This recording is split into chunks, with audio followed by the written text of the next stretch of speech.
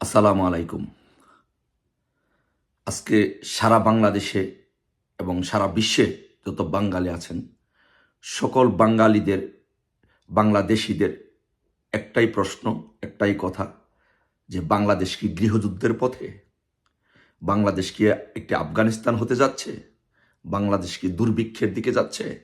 এই প্রশ্নটি সবার মাথার মধ্যে ঘুরপাক খাচ্ছে এবং সবাই প্রশ্ন করছে। সো আমি মনে করি যে অচিরেই বাংলাদেশ গৃহযুদ্ধের দিকে যাচ্ছে এবং বাংলাদেশ একটি চরম দুর্ভিক্ষের কবলে পড়ছে। এবং আমি যা দেখছি যে আমার সোনার বাংলাদেশ হয়তো আফগানিস্তান হয়ে যাবে অতি শীঘ্রই। কেন এই কথাগুলি বলছি? আসেন একটু বিশ্লেষণ করি, দেখি যে একটা বাংলাদেশ, একটা দেশ কখন গৃহযুদ্ধের দিকে যায়, কখন দুর্ভিক্ষের দিকে যায়, কখন একটি তালিবানি রাষ্ট্রের দিকে যায়। আসেন আমরা বিশ্লেষণ করি। সো সাম্প্রতিককালে নির্বাচিত প্রধানমন্ত্রী শেখ হাসিনাকে তার গণভবন ছাড়ার পরে যে আমরা যে জিনিসটি দেখতে পেলাম, যে সারা বাংলাদেশে একটি তাণ্ডব চলল। খুন খারাপি, দর্শন, চিন্তায়, রাহাজানি, দখল সব চলল। তারপরে যেটি হলো যে এখন যেটি হচ্ছে যে সেটি হচ্ছে যে সারা বাংলাদেশে দেখেন, সিলেটে শাহজালাল এবং শাহপরানের মাজারে ভাঙচুর করা হয়েছে, হামলা করা হয়েছে। আমরা জানি যে শাহজালাল এবং শাহপরান আমাদের একজন অনেক বড় মাপের অলিয়া উলিয়া। তারপরে ওনাদের আমার দেওয়ানবাগ শরীফে হামলা করা হয়েছে। আপনার বিতর্ক থাকতে পারে দেওয়ানবাগ নিয়ে, বাট দেওয়ানবাগের লক্ষ লক্ষ ভক্ত এবং সমর্থক আছে। তারপরে সারা বাংলাদেশে মাজারগুলোতে হামলার পরিকল্পনা চলছে, মাজারগুলো গুড়িয়ে দেওয়ার ষড়যন্ত্র চলছে। এর ধারাবাহিকতায় বিবিসিতে রিপোর্ট হয়েছে যে সিরাজগঞ্জে ইসমাইল পাগলার মাজার এবং আলী পাগলার মাজার ভেঙে চুরে চুরমার করে দেওয়া হয়েছে এবং ঠাকুরগাঁয়ে বিবি সখিনার মাজার তছনছ করে দেওয়া হয়েছে। এই খবরগুলো বিবিসি থেকে নেওয়া। তারপরে আরো যদি আমরা লক্ষ্য করি যে বাংলাদেশে যে আনসার সদস্য আছে, বিশাল একটা বাহিনী, সেই বাহিনীদেরকে পিটিয়ে অনেক আনসার সদস্যকে হত্যা করা হয়েছে। এই কতিপয় যে সমন্বয়কারীদের নেতৃত্বে তাদের উপরে হামলা করে তাদেরকে হত্যা করা হয়েছে, আহত করা হয়েছে।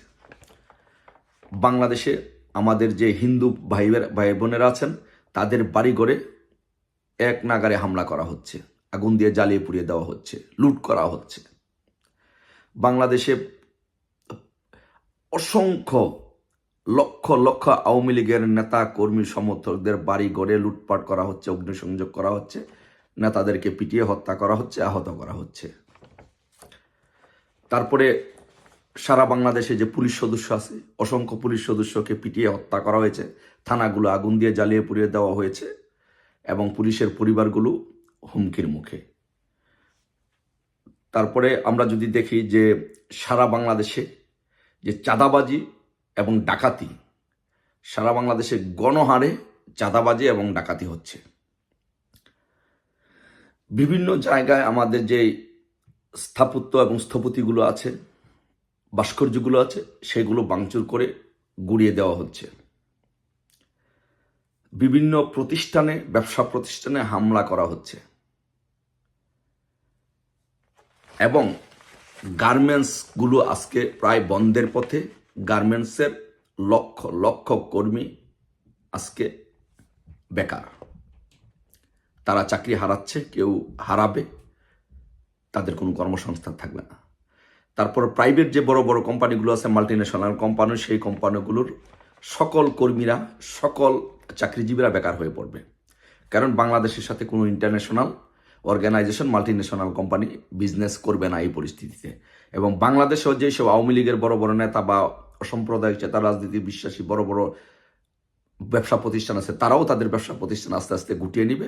কারণ অনেক ব্যবসা প্রতিষ্ঠানে অলরেডি হামলা হয়েছে এবং বিএনপি জামাতের নেতৃবৃন্দ এগুলো দখল করে নিয়েছে।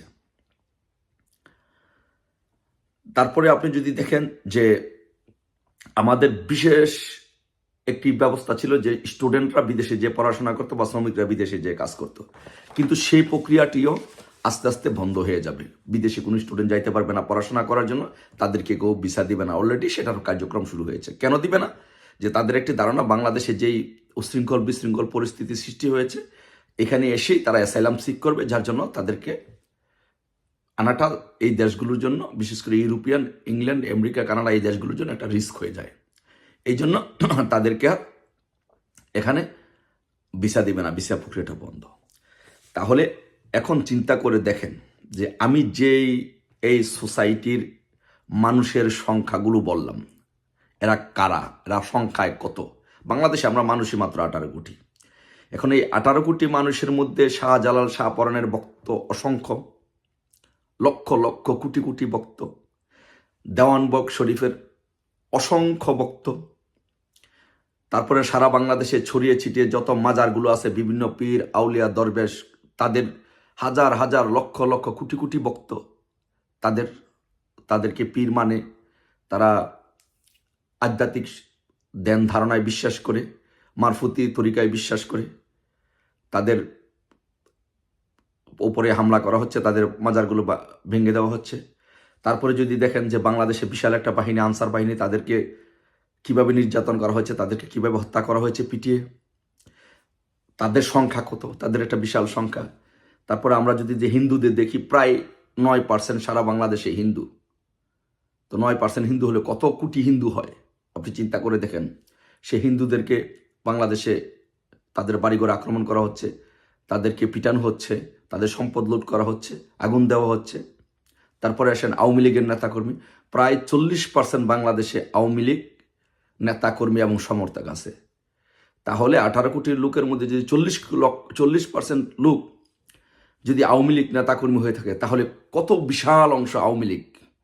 তাদের বাড়িতে হামলা করা হচ্ছে, তাদের ঘরবাড়ি জ্বালিয়ে দেওয়া হচ্ছে, ডাকাতি করা হচ্ছে, পুলিশদেরকে হামলা করা হয়েছে, বিশাল একটা পুলিশ বাহিনী, তাদের সংখ্যা কত। তারপরে যে গার্মেন্টস কর্মীদেরকে, বাংলাদেশে কত লক্ষ গার্মেন্টস কর্মী আছে, তারা আজকে ব্যাপার, তাদের জীবন জীবিকা ধ্বংস করে দেওয়া হচ্ছে, প্রাইভেট কোম্পানিগুলোর জীবন জীবিকা ধ্বংস করে দেওয়া হচ্ছে যারা চাকরি করে।